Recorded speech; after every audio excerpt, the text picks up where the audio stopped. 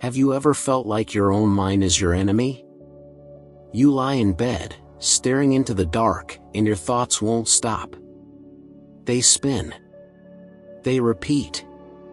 They whisper things you'd never say out loud. I'm not enough. I'm falling behind. I can't take this anymore. There's a war happening, not around you, but within you. And no one sees it. No one hears it. But it's real. It's not a war of bullets or bombs. It's a war of thoughts. And if we're not aware, we start to believe that this battle is who we are. But that's not the truth.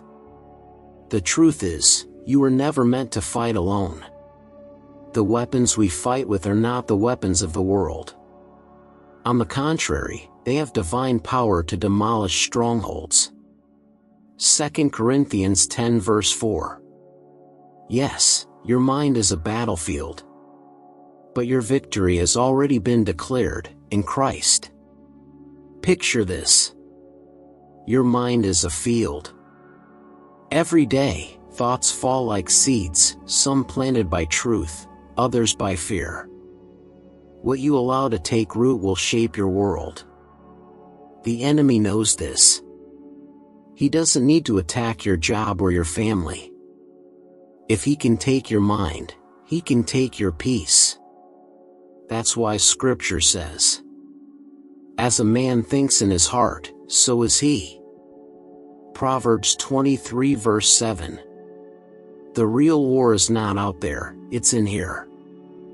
And the greatest victory is not controlling what happens to you, but learning how to renew what happens within you. Prayer is your shield. Not a ritual. Not a box to check. It's a lifeline. A sacred rebellion against anxiety. Every time you pray, you declare, "This thought will not rule me. God will." Sometimes, you won't feel strong. Sometimes, all you'll have is a whisper of faith. And that's enough. Because your strength was never supposed to carry you, His grace was. Some days, your thoughts feel like a storm that won't let up. Questions swirl. Why am I still struggling? Why can't I be free? And then comes the lie. Maybe this is just who I am now. But friend, listen. God never designed your mind to be a prison. He designed it to be a sanctuary. Do not be anxious about anything. But in every situation, by prayer and petition, with thanksgiving, present your requests to God. And the peace of God, which transcends all understanding, will guard your hearts and your minds in Christ Jesus. Philippians 4 verses 6 to 7. You're not disqualified from peace. You're not too broken to be whole.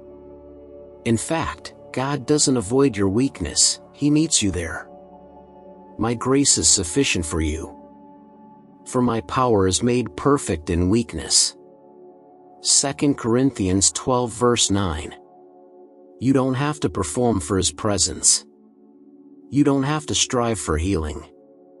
You just have to let go. Let Him tear out what fear planted. Let Him whisper truth into what shame has distorted. You are not stuck. Be transformed by the renewing of your mind. Romans 12 verse 2. Renewal doesn't begin with force. It begins with surrender. You're not the only one who feels like you're losing the fight sometimes. Many people around you, people who look confident, composed, are quietly waging war in their thoughts. They, too, are trying to silence the voice that says they're not enough. You are not weak for struggling. You are human. And God meets humans, not angels, with grace. He doesn't wait for your mind to be quiet to love you. He loves you in the noise. He doesn't demand perfection before offering peace. He offers peace in the middle of your imperfection. You will keep in perfect peace those whose minds are steadfast, because they trust in you. Isaiah 26 verse 3. This isn't about pretending the battle isn't real. It's about remembering that your victory is more real. And not because of how hard you fight, but because of who fights for you. Here's what happens when you begin to pray intentionally over your mind. Your fear begins to shrink. Your identity becomes clearer. The lies lose their grip. Peace becomes not just something you read about, but something you live in. You stop being driven by emotions. You start being anchored in truth. Your thoughts will try to lead you, but they make a terrible compass. Only the Word of God can be your true north. And His word over you is this: you are fearfully and wonderfully made. Psalm 139 verse 14. You are more than a conqueror through Him who loves you. Romans 8 verse 37.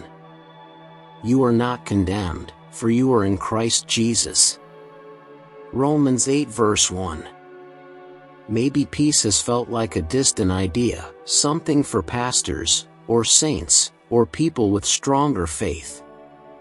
But the truth is, peace was always for you. Peace is not the reward for perfect behavior. Peace is the inheritance of every child of God. You don't have to live in fear of your own thoughts. You don't have to keep pushing down what's screaming to be healed. This is your moment to receive what's always been offered. Perfect peace.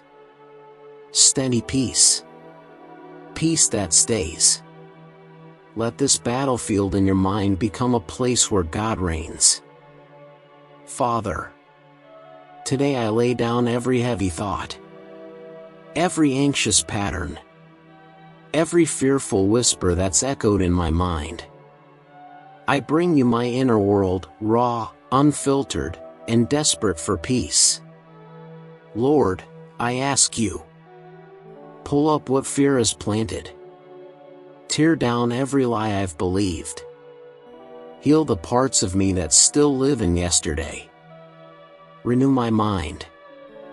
Reshape my thoughts. Let my inner world reflect your truth, not my trauma. Where I've accepted anxiety, plant peace. Where I've agreed with shame, declare your grace. Where I've felt unworthy, remind me who I am in you. Let your word become louder than the war. Let your spirit be the one who leads me, not my emotions, not my past, not my doubt. I don't just want relief, I want renewal. I don't just want calm, I want clarity. Thank you for never leaving me in the middle of the storm. Thank you that even now, you're still working in me. Let this mind, this battlefield, become holy ground. In Jesus' name. Amen. If this prayer spoke to you, don't just move on, make it part of your daily rhythm. Comment Amen below to seal this in faith. Share this with someone silently struggling. And above all, remember, you may be in a battle, but you are not alone. And you are not without victory.